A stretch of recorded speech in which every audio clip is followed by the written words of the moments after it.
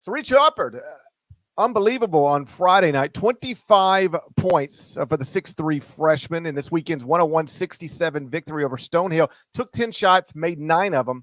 That's 90%. 7 of 8 from 3. So he's now averaging 13.3 points, 23 minutes per game, while shooting 69.2% from the field, 70.6% from 3, after being ranked 79th in the class of 2023, according to 24/7 Sports.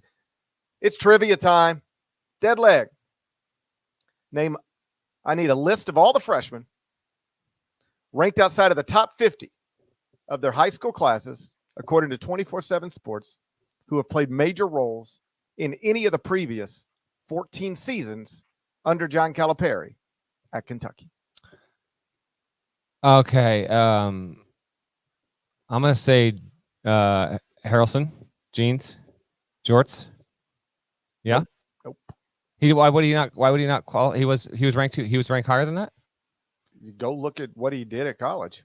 Major role as a freshman? No, as a freshman. I'm thinking in general. As a freshman? Yeah, no. I don't care what they became. I mean, you're a freshman. You're a true freshman at Kentucky. You were ranked outside of the top 50 in your high school class, and you had a major role on that team as a freshman. I'm going to say the list is Reed Sheppard, maybe at this point. That's it. Am I forgetting someone obvious? You're not forgetting anybody. Nobody's ever done this. Yeah. Nobody. Tyler Hero, for what it's worth, was number 38 in the class of 2018. That's kind of low relative to Kentucky's standards. He averaged 14 points per game as a freshman. Willie Cauley-Stein, 47th in the class of 2012, averaged 8.3 points per game as a freshman. But both those guys were still top 50 players. Reed Sheppard was 79th in the class of 2023, according to 24/7 Sports. And he is looking like he is going to not only be a major player at Kentucky, but one of the major players at Kentucky. Now, in fairness, he was 22nd at ESPN.com in the class of 2023. He was Kentucky's Mr. Basketball. He was McDonald's. He was a McDonald's All-American. That's what I was going to get to. Like, he ain't a walk-on. He's not a walk-on. I think he might, and I don't have the data here. This is a weird discrepancy, even though you'll get, 5, 10, 15-point differences sometimes between guys that are in that top 60-ish range. You rarely see recruiting services differing like this on a player. Right. 22 to low 70s is actually fairly drastic. And I remember it being a significant deal because of the lineage when he committed to play at Kentucky, because there was some people who had seen him play, thought that he was going to have a chance to grow into a really good player. Not what he's done just yet. Although I will say this, and I know you're keeping rolling. I at least want to keep it in perspective here. They did just beat Stonehill, who is horrendous there. So we won't get another really good eval against legit competition until Miami. We'll get to the Canes in just a second there. So, he's played well. Don't get me wrong. And he's not the only one, but it's not like Kentucky's rolled out with its first 4 games against projected NCAA tournament teams, and he's doing this. I mean, Stonehill's one of the worst teams in D1. That's all. Still, when's the last time you saw a college player go 7 of 8 from 3, 9 of 10 from the field? Like, everybody, hey, I don't know, you look at the schedule every day, but most of these teams are playing crap teams.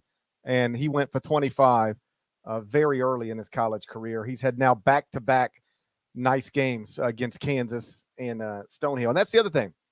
Played well against Kansas, too. No doubt. Literally the top-ranked team in the country. So if you want to say 24/7 Sports just had him low, so what I'm telling you is a fact based on an incorrect evaluation, take it up with them, all right? I ain't got nothing to do with that. But based on the database that we use, no player ranked this low in his high school class has ever done anything like this at Kentucky under John Calipari. Let me ask you this, then we'll move on. Do you believe in it? We're talking on February 1st. Reed Sheppard is still one of Kentucky's top 4 players. Yeah, that I think has a good chance. But what I would lean more on Dillingham being the better player. He's been good as well. See, because so far early in the season here, and Kentucky plays, I think, Monday against St. Joe. So we'll get our next viewing with this class and how it all gels together. Because Wagner, Edwards, and even Reeves a little. Wagner and Edwards are obviously the freshmen, and then Reeves, they haven't really brought it yet, haven't clicked yet, and we're waiting for clearance on all their bigs. So to this point, it's been Sheppard and it's been Dillingham. Sheppard's O rating right now is 163.1. That is outrageous and not That will not continue. If I promise you this, if Reed Sheppard's offensive rating is above 140, he'll be the National Player of the Year. Okay, he's 163.1, and as GP mentioned, he's hitting better than 70% of his 3-pointers to this point, while only playing 57.5% of the team's minutes. Dillingham shooting 43.5% from three. His O rating is still a scorching 128. His assist rate is 35.3%. He's hitting 85% of his foul shots, and he's only playing 55.5% of minutes out there right now. This might grow into something of a discussion point with this team in terms of, all right, well, you've got some of these players, like in particular Wagner, who was highly heralded, and it's just undeniable at this point that so far, and it's a quasi good problem to have, Sheppard and Dillingham have just so clearly been the guys that have been ready to go. And maybe you want to ride those hot hands. Maybe they should be inserted into the starting lineup as opposed to playing, I think respectively, they are either 4-5 or 5-6 in terms of most minutes on the team right now. When we look on February 1, Sheppard, I think Sheppard and Dillingham will both be two of the four best players. And this is a knee-jerk reaction. Hey, we'll specialize it on a Sunday night episode here.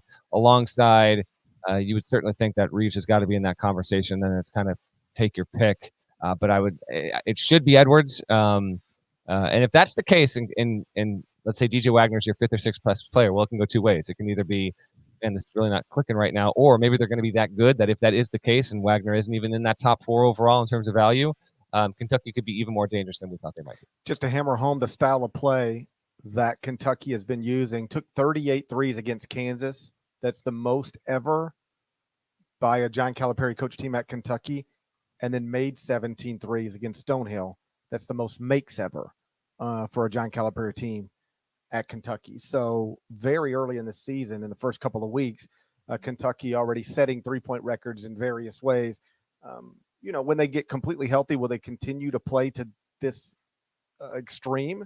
I'm not sure, but so far it's been a fun watch, and the biggest part of that probably has been Reed Sheppard. Like you said, next up for UK, St. Joe's on Monday, Marshall on Friday, and then the next big game for Kentucky, November 28th against Miami. That'll be inside Rupp Arena for the ACC-SEC challenge.